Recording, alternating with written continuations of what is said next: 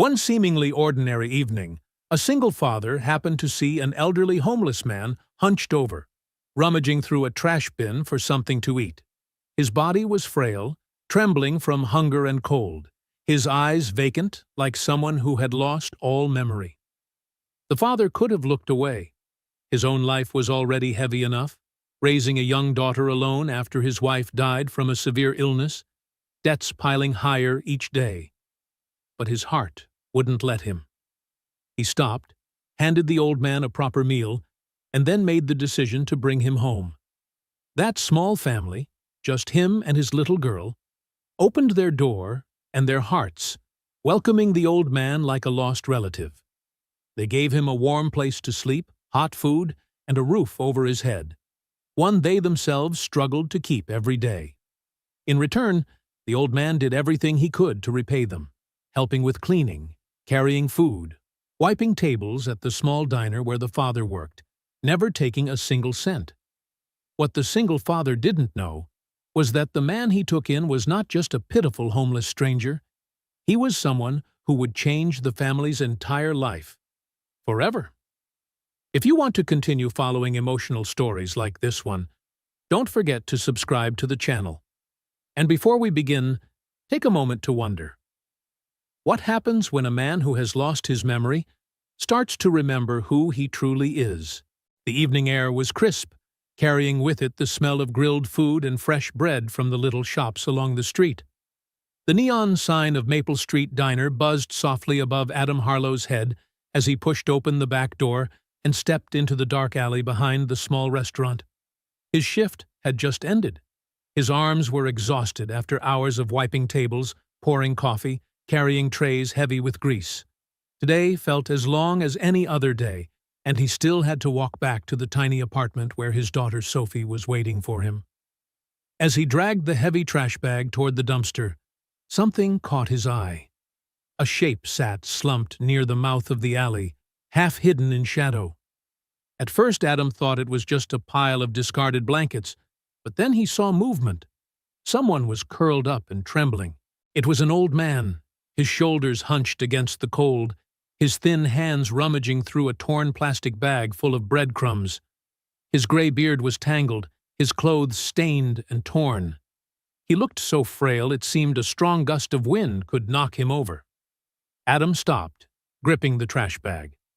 He had seen homeless people around this area before, wandering near bus stops or sleeping curled up on park benches, but he had never stopped to speak to any of them.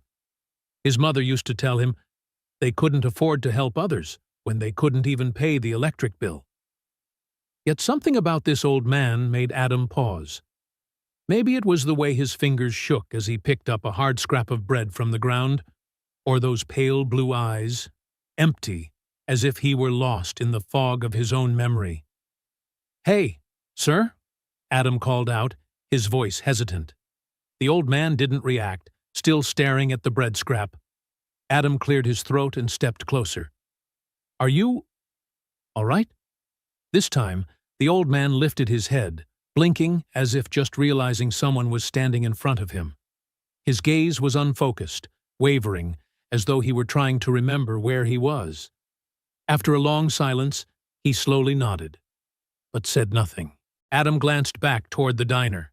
He wasn't allowed to take free food, but he knew Marlene, the owner, wouldn't notice a little leftover gone. At the end of every shift, they threw away whatever remained. "Wait here a moment," Adam said, then headed back into the kitchen. A few minutes later, he returned with a still warm foam container. Not much, just a leftover burger and some fries. But it was warm, and certainly better than what the man had been trying to eat. Adam crouched down, holding out the container. "Here you go. You should eat something." The old man stared at the box for a long time, long enough that Adam worried he didn't understand what he was being given. Then slowly, with frail fingers, he took it. His fingers brushed Adam's for a brief moment, and for the first time, Adam noticed just how cold he was. "Thank you," the old man murmured, his voice hoarse, almost a whisper. Adam nodded, shoving his hands into his coat pockets. He should have left. Sophie hated when he came home late. But watching the man take a careful bite of the burger, chewing slowly like someone who hadn't eaten in days, Adam found his feet rooted to the spot. "What's your name?" Adam asked, unable to walk away as he watched him eat. The old man hesitated, his brows knitting as though the question hurt. He opened his mouth, then closed it again, as if searching for an answer in some far-off memory. "I don't remember," he finally said, lowering his gaze to the food in his hands. "I think it's Theodore." "You think?" Adam frowned. The old man, Theodore, exhaled wearily. "Sometimes I remember. Sometimes I don't. Some days I know everything. Other days, it's like waking up somewhere I don't recognize." He touched his forehead, brushing over a faint scar beneath his tangled hair. "I had an accident, I think. Hit my head. And then everything started drifting." Adam swallowed. It made sense. The old man drifting inside his own mind, grasping for thoughts. "No one's out looking for you." Theodore shook his head, though not with full certainty. Adam sighed. This wasn't what he expected to deal with on an already exhausting night. A man with no home, no memory, nowhere to go. He should walk away. Leave the old man in the darkness and return to his own heavy life. But when he turned to leave, he heard the rustle of fabric. Theodore was struggling to pull the thin blanket tighter around himself, his hands still trembling non-stop. Adam looked at the small container of leftover food in his own hand, the one he had originally planned to bring home. He sighed, making a decision he couldn't fully explain. "Come with me," he said. Theodore blinked, confused. "What?" My place isn't big, but no one will mind if you sleep there for a night.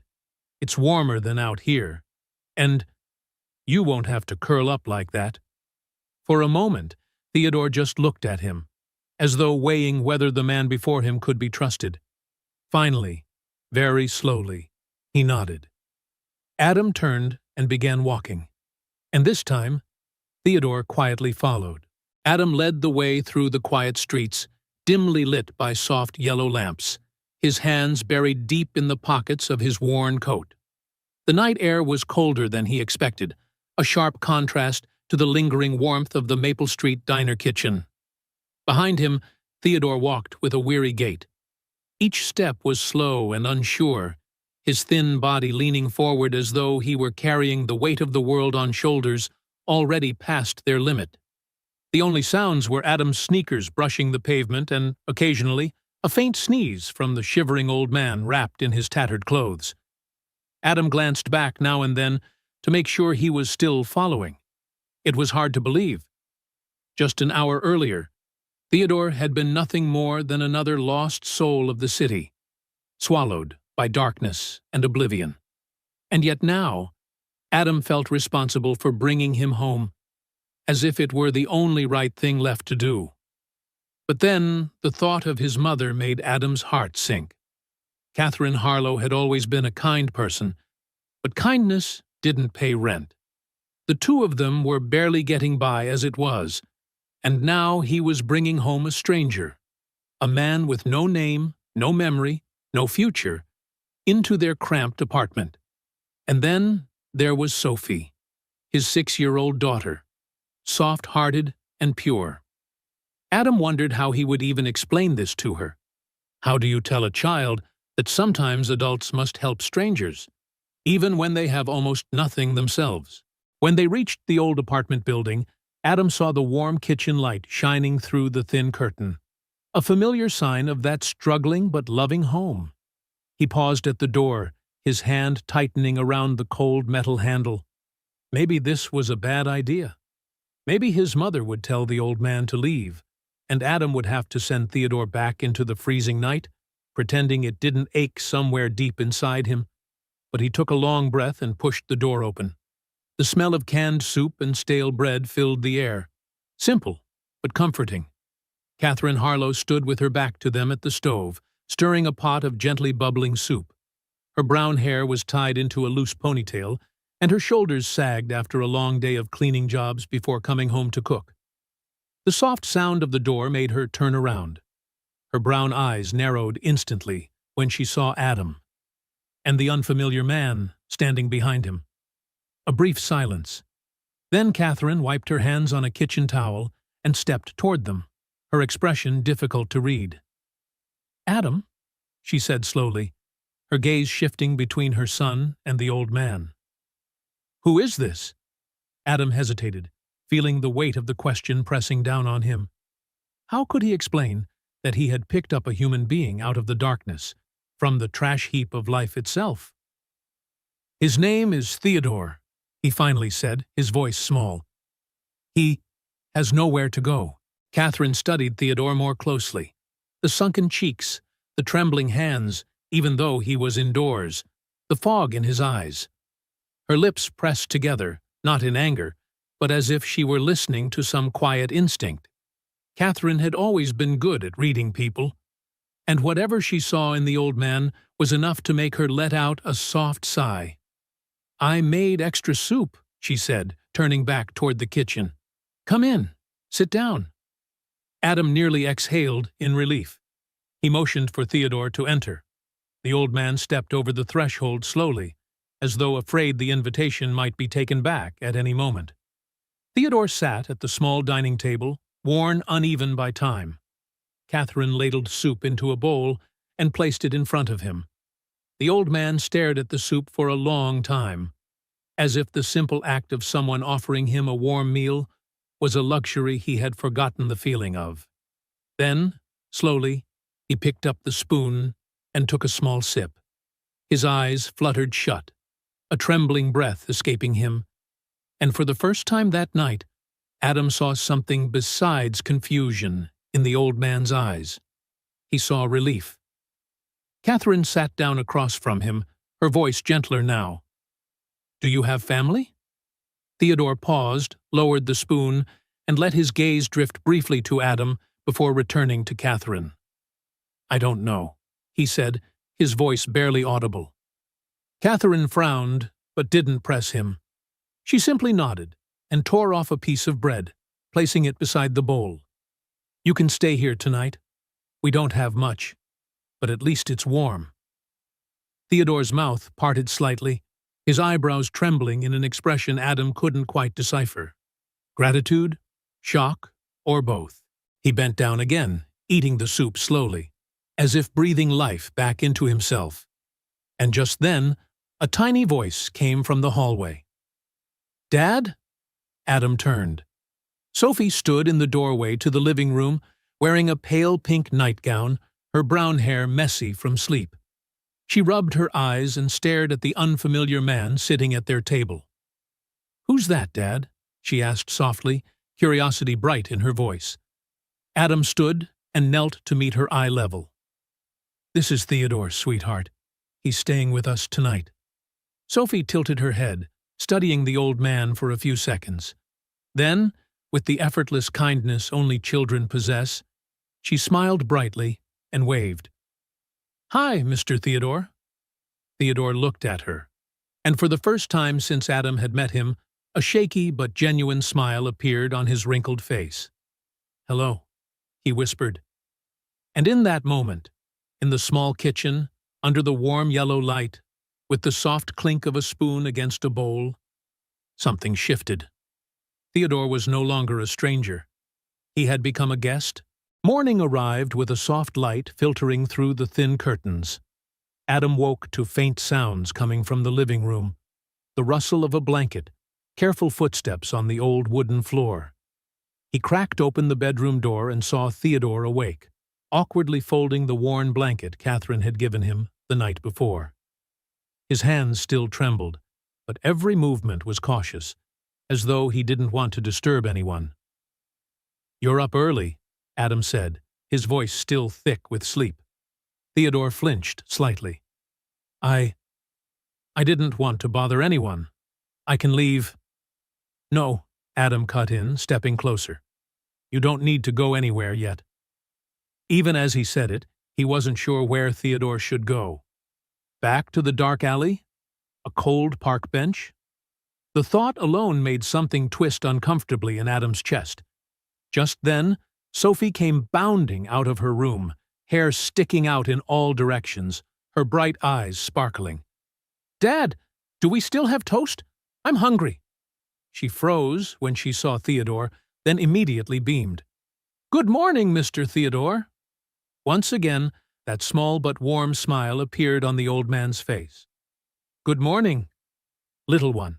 Catherine stepped out next, already dressed for work. Simple jeans and a plain t-shirt. "I have to go now," she said briskly. "Adam, walk Sophie to Mrs. Kim's for school. And as for him—" She paused, looking at Theodore with a gentler expression. "If you want to stay here during the day, that's fine. But the door will be locked once we all leave." Theodore shook his head lightly. I can go with him." He looked at Adam, eyes full of quiet hope. "I don't want to sit around doing nothing. I think I used to work. I don't remember what, but I know I used to." Adam frowned. "You want to work? At Maple Street Diner?" Theodore nodded, and his eyes were firmer than they had been the night before. "I can help. I don't want to just wait." An hour later, Adam stood at the back door of Maple Street Diner, Theodore at his side. The old man had bathed for the first time in weeks and wore clean clothes Adam had given him, an old shirt and jeans that were a little too big. He looked entirely different, cleaner, more alive. Just outside the back door, Marlene O'Brien, the owner, an Irish woman in her 50s with red hair streaked by silver and sharp blue eyes, was smoking a cigarette. She raised an eyebrow when she saw Adam arrive with Theodore. "So you've started collecting strays now, Harlow?" Her voice was rough, but not without a buried kindness. Adam took a breath. "Marlene, this is Theodore. He doesn't have anywhere to go. He wants to work." Marlene studied Theodore for a long moment, the gaunt face, the trembling hands, the lingering disorientation in his eyes. Finally, she sighed and crushed her cigarette into the trash can. "Damn these soft-hearted fools," she muttered, then jerked her head toward the restaurant door. "All right, old man. Come in. You can wipe tables. Just don't break anything." Theodore blinked, almost unable to believe what he had heard. Adam's eyes widened too. "Really?" Marlene snapped. "It's not like I'm paying him, and I've had worse employees." Theodore nodded quickly, as if this small allowance were a gift he never dared hope for. He followed Marlene inside. Adam walked in behind them, and the morning rush was already in full swing. The smell of bacon and fresh coffee, the clatter of plates, and the voices of regular customers blended into the familiar soundtrack of diner life. To Theodore, stepping into this place was like entering a completely different world. Marlene tossed Adam an apron. "Find something easy for him. Wipe tables, take out trash. If he gets in my way, I'll throw him out." Adam nodded and handed Theodore a cleaning cloth. "All right, I'll show you how." Theodore accepted the cloth with a weak but steady grip, and there was something strangely determined in the motion, as if he were grasping at a piece of himself he'd lost long ago. And just like that, for the first time in longer than he could remember, Theodore had a job. The day passed like a string of strange, almost surreal moments. Adam kept glancing toward Theodore, half afraid the old man might suddenly collapse from exhaustion, half worried he might forget where he was and wander out into the street. But contrary to every expectation, Theodore kept up. He worked slowly but carefully, wiping each table with the focus of someone handling fragile glass. His hands still trembled, his steps were still unsteady, but he didn't stop, didn't complain, didn't ask for rest. He did everything he could. And when Adam caught Marlene quietly observing from behind the counter, she only muttered, "I've seen worse." At first, customers didn't pay Theodore much attention. To them, he was just another cleaner. But then his silence, that lost yet strangely familiar air, began to draw glances. A few regulars, the ones who came to the diner every morning like clockwork, watched him more closely. than usual. "Hey!" An elderly man in a plaid jacket called out as Theodore walked past. "You're not—" Theodore froze. For a split second, like a faint flash of lightning, something flickered in his eyes. Recognition? A memory? Then it vanished. "I don't know," he murmured, shaking his head. The customer seemed ready to say more, but eventually shrugged and returned to his coffee. Adam had seen everything. He saw the way Theodore tried to remember, how something inside him seemed to struggle to open, like a door in his mind locked from the inside. And Adam knew one thing for certain. Theodore wasn't just some random homeless man. He had once been someone important. During lunch break, Adam found Theodore sitting in the back room, staring at his own hands. His fingers curled, uncurled, curled again, as if trying to remember something they were once used to doing. "You okay?" Adam asked, sitting beside him. Theodore didn't answer right away. "I feel like I used to know how to do something. Not wiping tables, something else. Something to do with numbers." He pressed his fingers lightly against his temple, wincing. "I see images. An office, computer screens, people talking about money, investments. But then everything disappears." Adam leaned in, voice gentle. "You'll remember. It just takes time." Theodore looked up, his pale blue eyes heavy with worry. "And what if not? What if I never remember who I am?" Adam didn't have the perfect answer to that. He simply placed a hand on Theodore's shoulder and squeezed gently. "If not, then we'll figure it out. Together." That afternoon, after picking up Sophie from Mrs. Kim's, Adam walked home with both of them. Sophie held Theodore's hand the entire way, as if they'd known each other for years. She chattered non-stop about her school day, the picture she had drawn, and the scandal of Tommy stealing her pink crayon. Theodore listened to every word. His expression softened, focused in a quiet, peaceful way. Adam noticed something had changed. He was no longer the empty shadow Adam had found in the dark alley. He was becoming present. When they reached home, Catherine was already in the kitchen preparing dinner. She cast a discreet glance at Theodore. "How was work?" she asked, as she scooped rice. Theodore sat down, and for the first time, a truly genuine smile spread gently across his lips. I think I did well. Marlene didn't fire me." Catherine laughed, a warm sound that made the small kitchen feel brighter. "That's always a good sign." During dinner, the warm light shone over the old wooden table. The clink of spoons, Sophie's excited school stories, Catherine's occasional laughter, all blended with the aroma of their humble but comforting stew. Theodore sat there, in the middle of all that gentle life, and for the first time in a very long time, he didn't feel like an outsider. He felt like he belonged, a guest who was no longer a stranger, a part of something bigger than himself, a part of a family. 3 weeks passed, 3 weeks of Theodore living with Adam's family, working at Maple Street Diner, and growing stronger day by day. His hands trembled less, his steps grew steadier, and his eyes, though still fogged at times, began to flash with brief, startling clarity. Marlene had even given him a raise, going from paying him nothing to letting him have 1 free meal per shift. "Don't get used to it," she growled, though Adam often caught her slipping extra bread and soup into a bag for Theodore to take home. Regular customers slowly grew accustomed to his presence.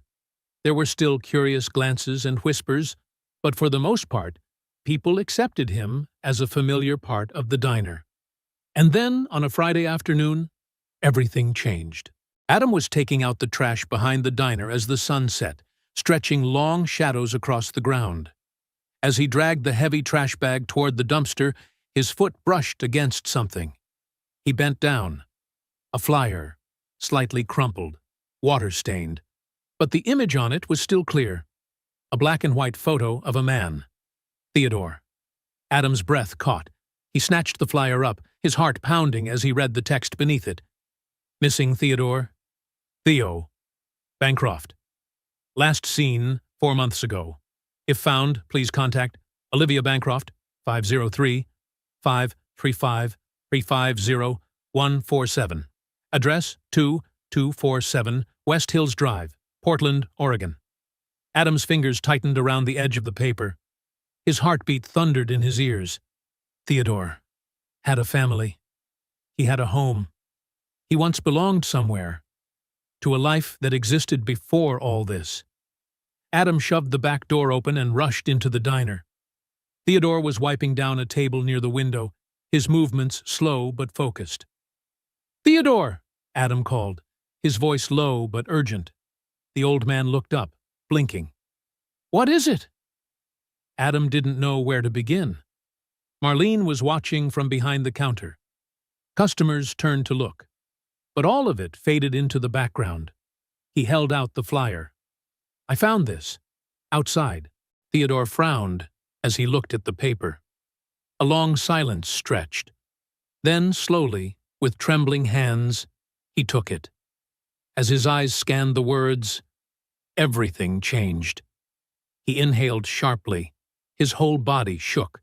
His jaw tightened. His fingers clawed into the edge of the flyer until the paper crumpled. His eyes widened, and for the first time since Adam met him, that gaze was completely lucid. "I know this place," Theodore whispered, his voice shaky but clear. He lifted his free hand to his temple, pressing hard, as if trying to piece together shattered memories. This is my home." The diner fell into an unnaturally still silence. Even Marlene, who rarely ran out of things to say, stood with her arms crossed, watching without interrupting. Adam swallowed, feeling his throat tighten. "I think so," he said quietly. Theodore's breathing grew uneven, his eyes fixed to the flyer.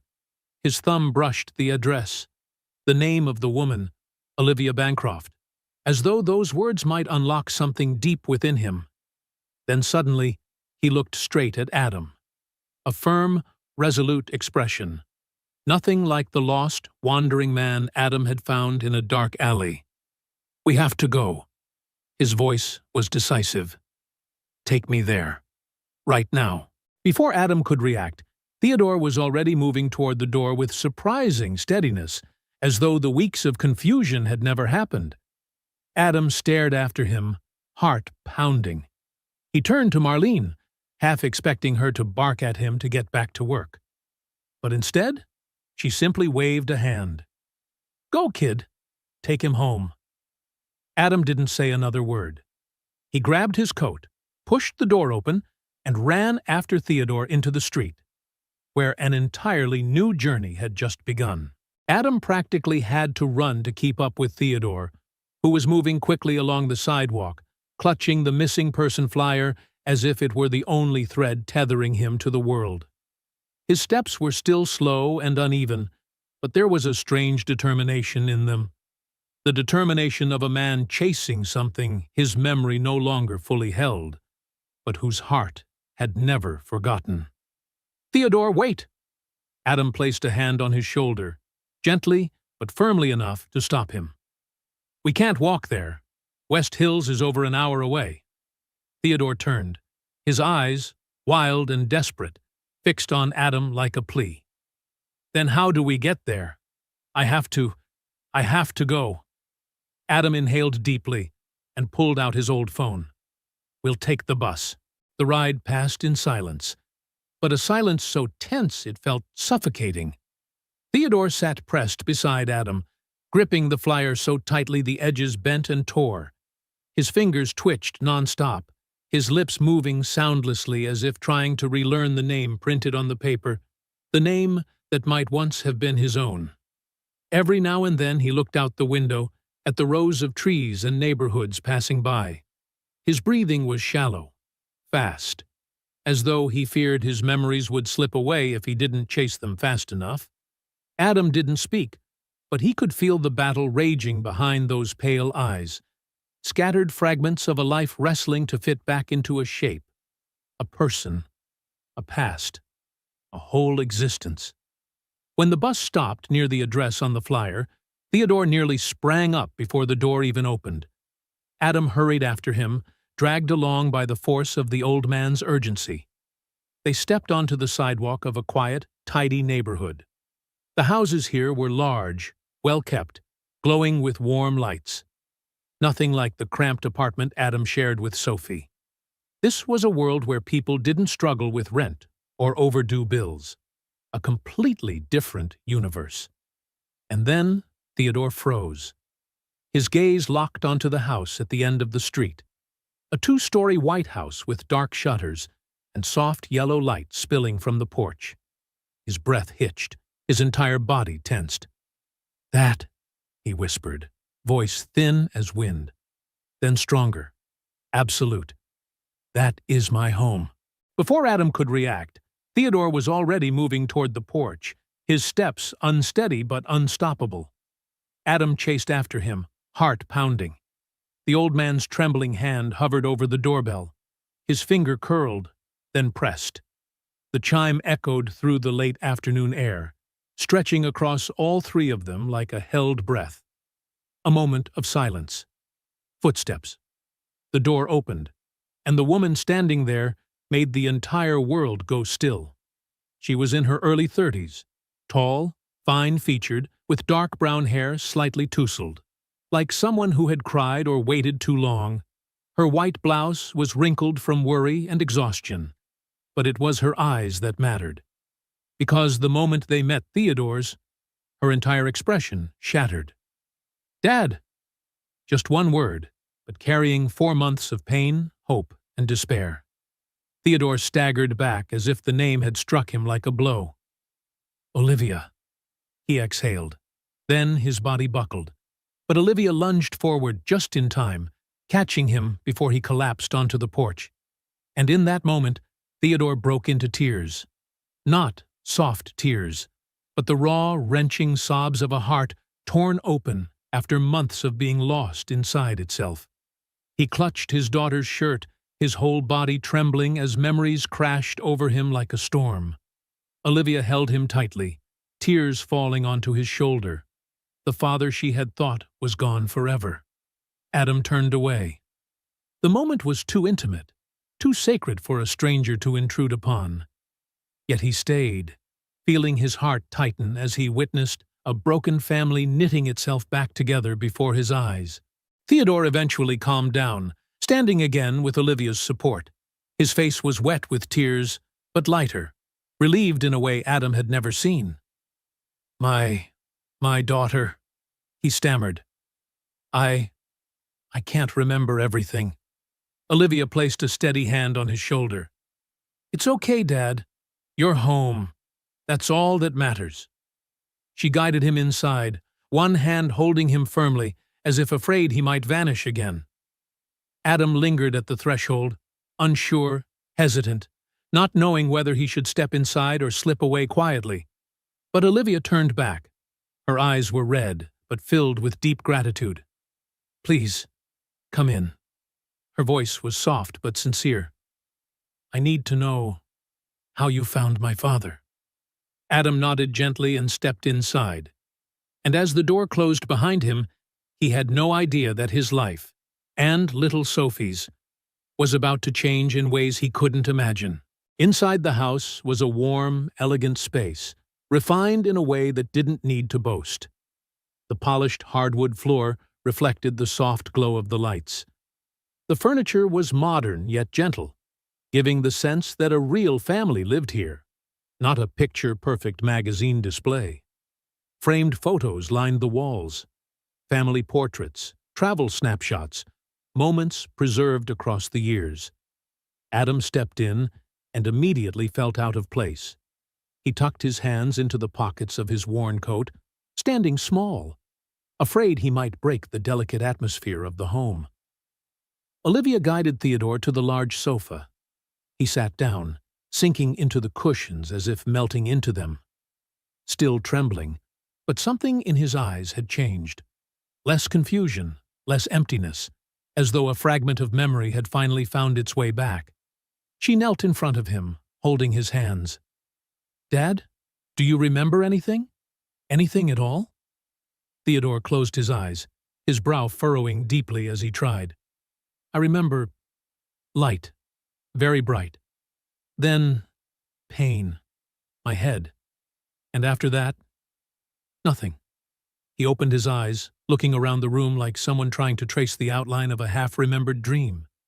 But this place, I know this place. The smell, the light. I know it. Tears spilled again down Olivia's cheeks, but this time they came with a smile. The fragile, explosive smile of hope returned. 4 months, Dad. I've been looking for you for 4 months. I hired private investigators, hung posters everywhere, called every hospital, every police station. I thought you were—" Her voice broke, unable to finish. Theodore tightened his grip on her hand. My child, my little girl. His voice was soft but clear, as though illuminated from somewhere deep in his memory. Adam remained at the edge of the living room, feeling like someone who had walked into a sacred moment. He quietly stepped back, thinking he should give them space. But Olivia turned toward him, wiping her tears with the back of her hand. Sorry, I haven't even asked. What's your name? Adam. Adam Harlow. Adam. She repeated it, as if committing it to memory. How did you find my father? Adam told her everything. Finding Theodore in the alley, bringing him home, feeding him, letting him work at the diner, every small detail woven together like threads of a story. Olivia listened without missing a word.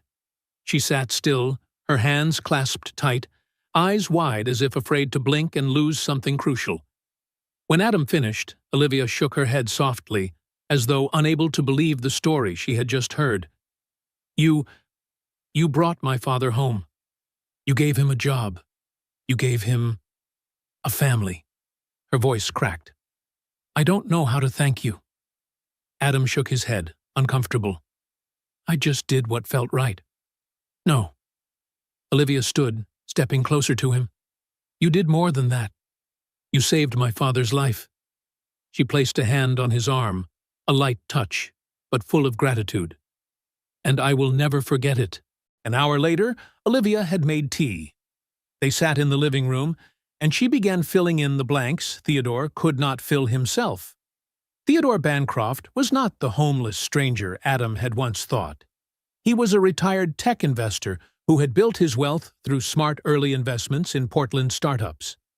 He had lived in West Hills for over 20 years and had raised Olivia alone after his wife, Eleanor, died of cancer 8 years earlier. 4 months ago, Theodore had been driving home after an evening at the community center. A truck ran a red light and slammed hard into the side of his car. He survived, but the traumatic brain injury caused severe memory loss. When he regained consciousness at the scene, before the ambulance arrived, he panicked. He didn't know his name, didn't know where he was, and in his fear, he walked away from the site. By the time emergency responders arrived, the car was empty. A missing person report was filed. Olivia searched in despair, and Theodore disappeared into the city, becoming just another nameless figure among thousands of homeless lives, until the day Adam found him. So all this time, Adam said slowly, trying to piece it together, he was just lost. Olivia nodded, her voice thick. The doctors said that can happen after trauma. Some people recover quickly. Some take years. Some never recover. She glanced toward Theodore, now asleep on the sofa, his face finally peaceful. But he came home. Because of you. Adam didn't know what to say. He only nodded quietly, feeling a heavy, sacred weight in his chest. Thinking of Sophie holding Theodore's hand, the meals they shared, Catherine giving him a place to sleep. No one had known he was a millionaire. They only knew he needed help, and that had been enough. Olivia walked Adam to the door, her voice softened, sincere. I want to meet your family, the people who took care of my father. Adam hesitated. We're not like this place. He glanced around the spacious, beautiful home, but Olivia smiled, warm, without a trace of judgment. That doesn't matter. You didn't do any of this for money. You did it out of kindness. And I want to thank you properly. Adam inhaled deeply, then nodded. All right, but I should get home. My daughter's waiting. Olivia tilted her head, her eyes softening further. You have a daughter? Sophie. She's 6. Something gentle flickered in Olivia's gaze. I would love to meet her. And as the door closed behind Adam, he felt something strange, as if life had just opened a door he never knew existed. 2 days later, Adam was wiping tables at Maple Street Diner when the front bell chimed. He looked up and froze. Olivia Bancroft stepped inside. She was no longer the tear-streaked woman from the porch that night. She wore a sleek gray blazer, dark jeans, her brown hair falling loosely over her shoulders. But what stopped Adam in his tracks wasn't the outfit. It was the warm, genuine smile blooming on her face. Beside her stood Theodore. But not the trembling, lost man Adam had brought home weeks ago. Today, Theodore was clean, freshly shaven, wearing a light blue button-down shirt and khaki pants. His eyes, though still slightly distant, were bright in a way that drew the entire room's attention.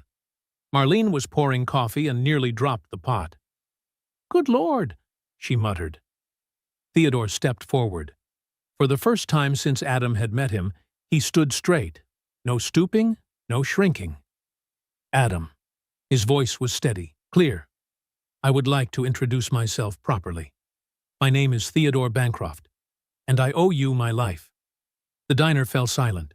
Customers stopped eating. Marlene stared, slack-jawed. Adam swallowed, his ears burning. You don't owe me anything. Yes, I do. Olivia stepped up beside her father, her voice soft but resolute. You did what no one else did. You saw a human being, not a problem, not a burden, a real person. She held Adam's gaze. And that means more than you realize. Marlene came forward, wiping her hands on her apron. So who are you really? She demanded. Theodore smiled. I was an investor. Now, I'm just a man trying to find himself again. Marlene studied him for a few seconds, then shrugged. Then keep finding yourself, but next time you wipe tables, hit the corners properly. The tension shattered instantly. Theodore let out a laugh. Rich, full, genuine. Several customers laughed with him. Olivia approached Adam, her voice lowered. Can I talk to you in private? Adam nodded, leading her to the small back room, Marlene's office. She closed the door gently and turned to him. I want to thank you properly.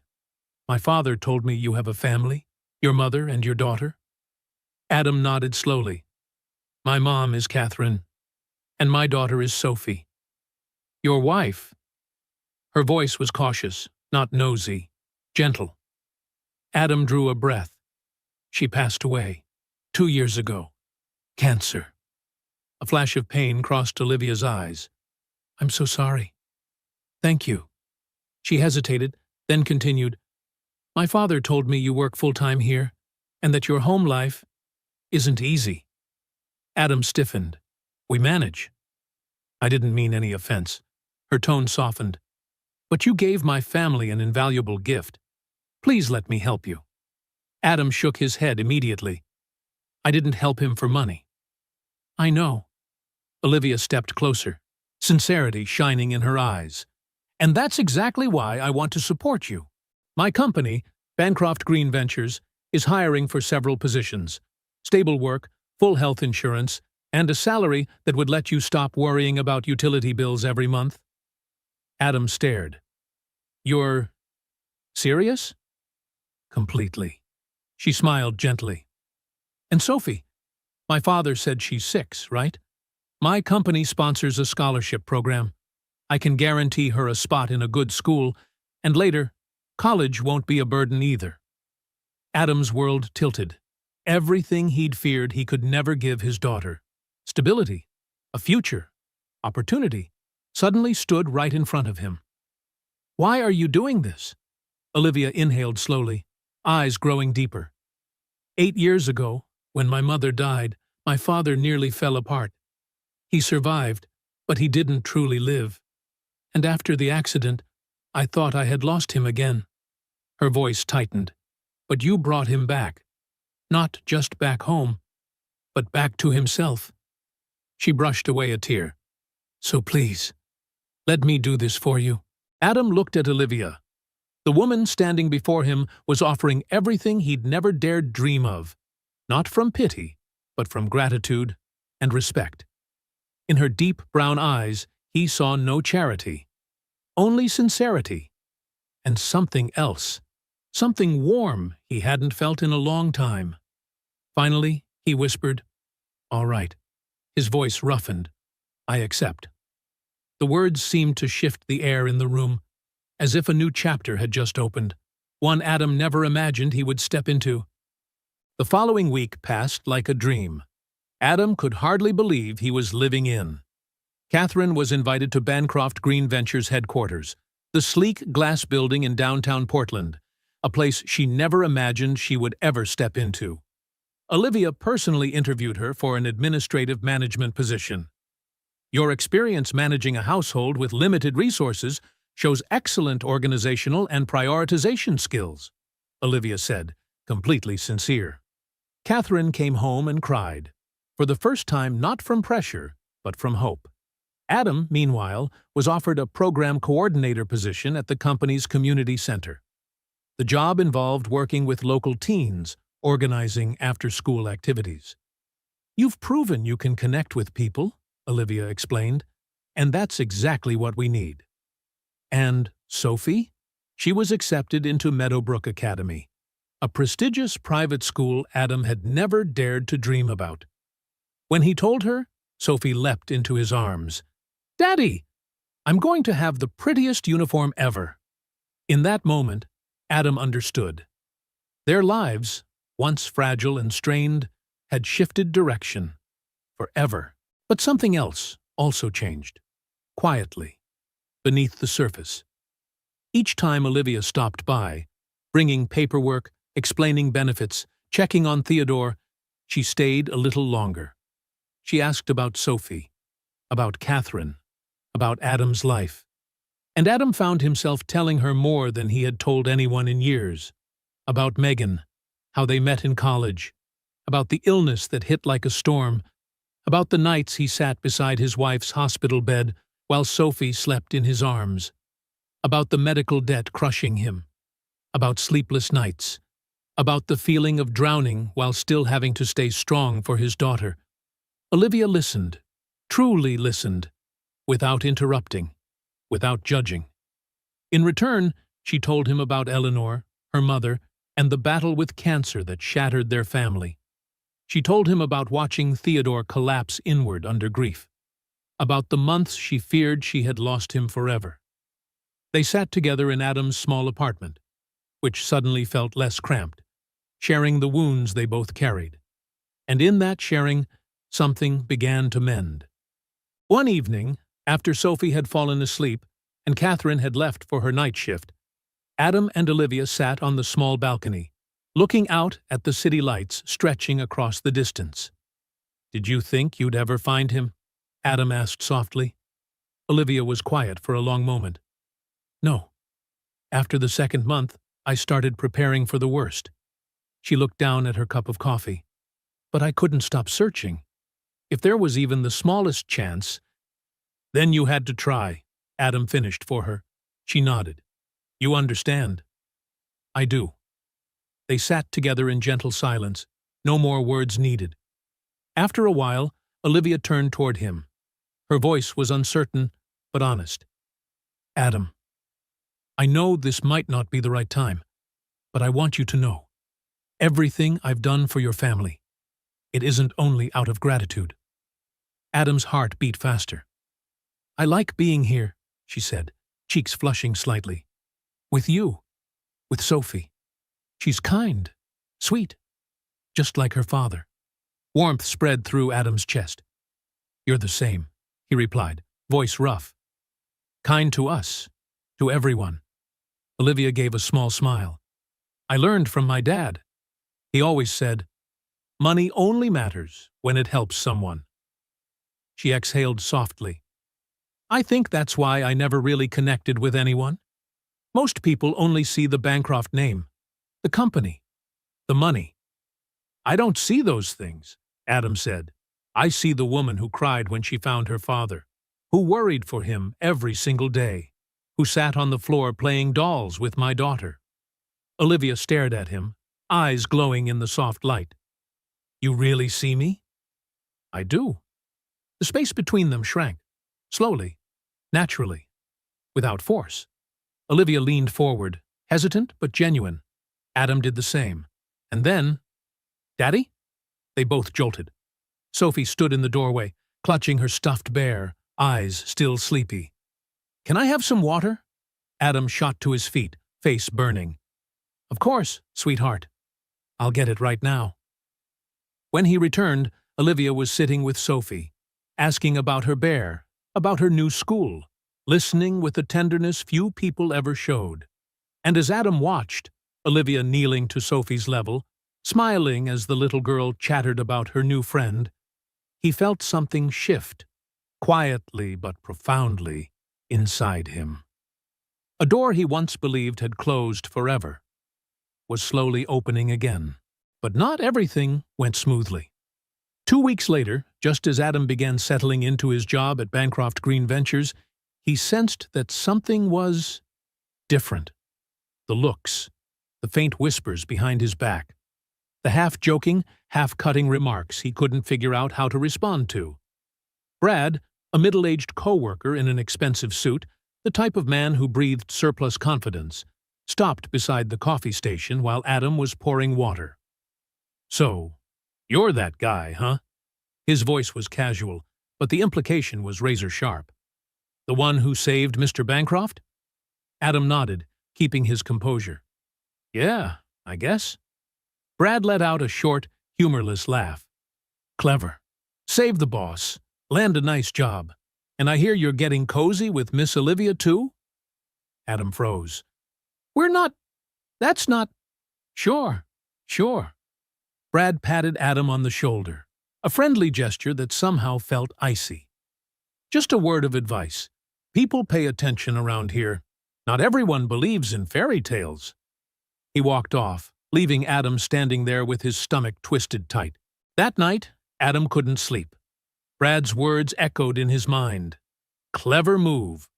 No one believes in fairy tales. Did people think he was using Theodore? Using Olivia? Using the random accident of fate to change his life? Adam shook his head hard. No, he didn't help the old man in that alley for any reason at all. He didn't expect a job, didn't wait for a reward. He just did the right thing. But now, with the new apartment they were about to move into, with Sophie in a good school, with a stable job for the first time in his life, would people think he was taking something he didn't deserve? And Olivia? Were these feelings real? Or were they tangled with gratitude, loneliness, and hope? The questions twisted painfully in his chest. The next day, Adam drove to see Theodore. The old man, now stronger, carrying himself almost like the person he used to be, was sitting in the study room, glasses perched neatly on his nose as he read the newspaper. Adam, he looked up with a warm smile. Sit down. Adam sat, hands clasped together, knuckles bone white. I need to ask you something, Adam began, his voice hoarse. People are saying I used you and used Olivia. Theodore set the paper aside, his expression turning serious. And what do you think? I don't know anymore. Adam's voice cracked under the weight of it. I didn't help you because I wanted any of this. But now that I have everything, I'm not sure I deserve it. Theodore was silent for a long moment. Then he stood, walked to the window, and looked out at the front yard. You know what I remember first, when my memory started coming back? Adam shook his head. I remember seeing you in that alley, handing me food. Theodore turned, his eyes clear and steady. "You didn't know who I was. You didn't know what I had. You just saw a man who was hungry, and you helped." He placed a hand on Adam's shoulder, slow and certain. "That is who you are. Not the rumors, the job, the new apartment, Sophie's opportunities. Those aren't rewards. They're things you always deserved, but the world never gave you the chance." Heat stung behind Adam's eyes. Theodore smiled. The smile of a father who understood exactly what was happening inside the young man in front of him. "And about Olivia," his voice softened, but remained firm. "My daughter is a smart woman. She does nothing out of obligation. If she spends time with you, it's because she wants to. Because she chooses you." He looked straight into Adam's eyes. "The real question is, do you want her?" Adam drew a deep breath, his heart pounding in his chest. I'm scared," he admitted. "Scared it's all too good to be true. Scared I'll mess it up." Theodore gave his shoulder a gentle pat. "That fear only means you care," he said in a tender voice, "but don't let it stop you from living." A long breath escaped Adam, as if a tight knot inside him had finally loosened. That Friday evening, Olivia invited Adam and Sophie to the Bancroft home for dinner. Catherine was invited too, but she politely declined, with a knowing smile. "Go on, dear. Enjoy your evening." So Adam, wearing the only suit he owned, which Theodore insisted he borrow, took Sophie, dressed in her favorite pink dress, up to West Hills. When the door opened, Olivia stood there in a soft navy dress, her hair falling gently around her shoulders. She looked so beautiful that Adam froze for half a beat. "Welcome, both of you," Olivia said with a warm smile that lit the entire house. Dinner was unexpectedly cozy. Theodore told jokes that made Sophie giggle, Olivia asked about the girls' new school, and Adam, for the first time in years, felt he belonged to something again. Not something temporary, not something fragile, a family, or at least the shape of one. After dinner, Sophie drifted asleep on the sofa, hugging her teddy bear. Olivia gently draped a blanket over her before turning to Adam. "Come to the backyard with me?" The backyard opened to the entire city below, the lights shimmering like hundreds of fallen stars. Adam stood beside Olivia, his hand unconsciously tightening on the railing. "It's beautiful," he murmured. "Yes," Olivia replied, though her eyes were not on the city. They were on him. She drew a slow breath, as if gathering every ounce of courage in her chest. "Adam, I need to tell you something." He turned, a flicker of worry crossing his eyes. "I know everything has happened so fast," Olivia continued, her voice so honest, even the wind seemed to quiet for her. "We've only known each other a few weeks, but—" She lifted her gaze, meeting his without a hint of hesitation. "But I can't stop thinking about you, about Sophie, about how everything feels.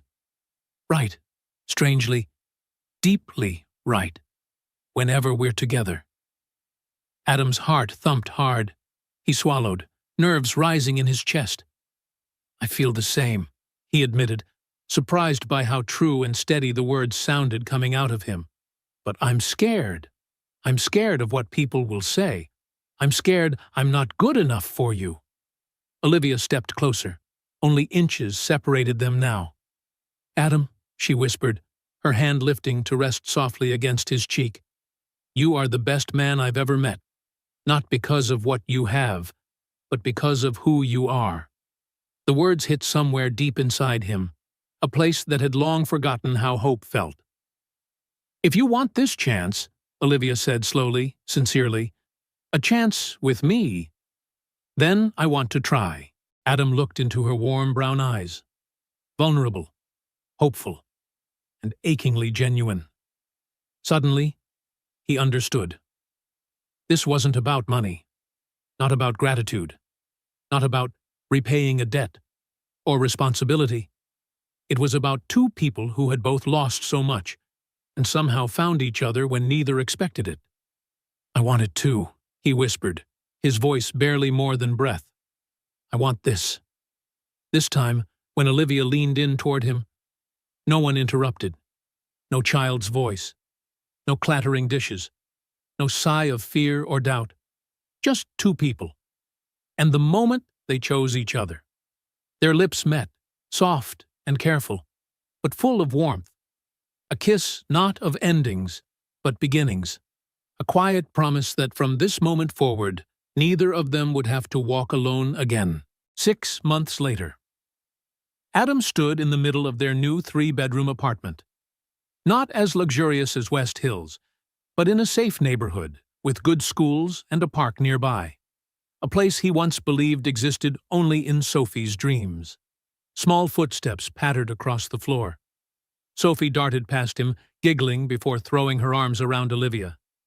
"Miss Olivia, have you seen my new room yet?" Olivia laughed softly, letting the little girl pull her away to show it. Catherine stepped out from the kitchen, her hands still warm from the pot of soup. "I made soup. Would you like to stay for dinner?" "I'd love to, Catherine." Olivia's smile was enough to brighten the entire kitchen. Then the doorbell rang. Adam opened it, and there stood Theodore, holding a pastry box, his face glowing. "Heard there was a housewarming." He winked. They gathered in the small dining area, a bit cramped, a bit noisy, a little chaotic, but perfect in its own way. In the middle of dinner, Sophie looked up, her eyes serious in the way only a child's eyes could be. "Daddy, is Miss Olivia your girlfriend?" The room fell silent in an instant. Olivia froze. Adam inhaled quietly, then turned to her. Finally, he smiled. "Yes, sweetheart, if you're comfortable with that." Sophie considered it for half a second, then nodded decisively, as if making an important ruling. "Good, because Miss Olivia is awesome." Laughter burst out, relieved, warm, filling the whole home. Theodore stood up and raised his glass of orange juice. "A toast," he said, his voice full of pride, "to family, old and new, to new beginnings, and to the young man who taught me that kindness is never wasted." They all lifted their glasses. Orange juice, tea, wine, blending together like a simple symphony of happiness. Adam looked around the table. His mother, his daughter, the man he once rescued, and the woman he was falling in love with. In that moment, he understood. This was not the end of a story. It was the beginning of a new chapter. A year later, in the Bancroft backyard garden, under soft sunlight, Adam and Olivia were married. Sophie was the flower girl, radiant in her yellow dress, her feet bouncing gently to the music. Theodore walked Olivia down the aisle, tears of joy streaming down his cheeks. Catherine sat in the front row, her eyes full of pride. When the officiant asked, "Who gives this woman?" Theodore answered in a strong, steady voice, "Her father, and the man who saved my life." Not a single eye stayed dry. At the reception, Marlene, wearing the dress she had complained about all week, marched up to Adam. "You know, Harlow," she grumbled, "I always knew you were special." Adam laughed. "You never said that." "Because I didn't want you getting a big head." She patted his shoulder. "But you deserve all of this." That night, after Sophie fell asleep in her new bedroom in West Hills, they had moved in with Theodore, Adam and Olivia stood together on the balcony, gazing at the city under a starry sky. "Did you ever think life would look like this?" Olivia whispered. Adam wrapped an arm around her waist and kissed her soft hair. "No, never." "Me neither." She leaned her head on his shoulder. "But I'm glad it turned out this way." "So am I." In the warm, quiet stillness, they understood. Family doesn't always come from blood.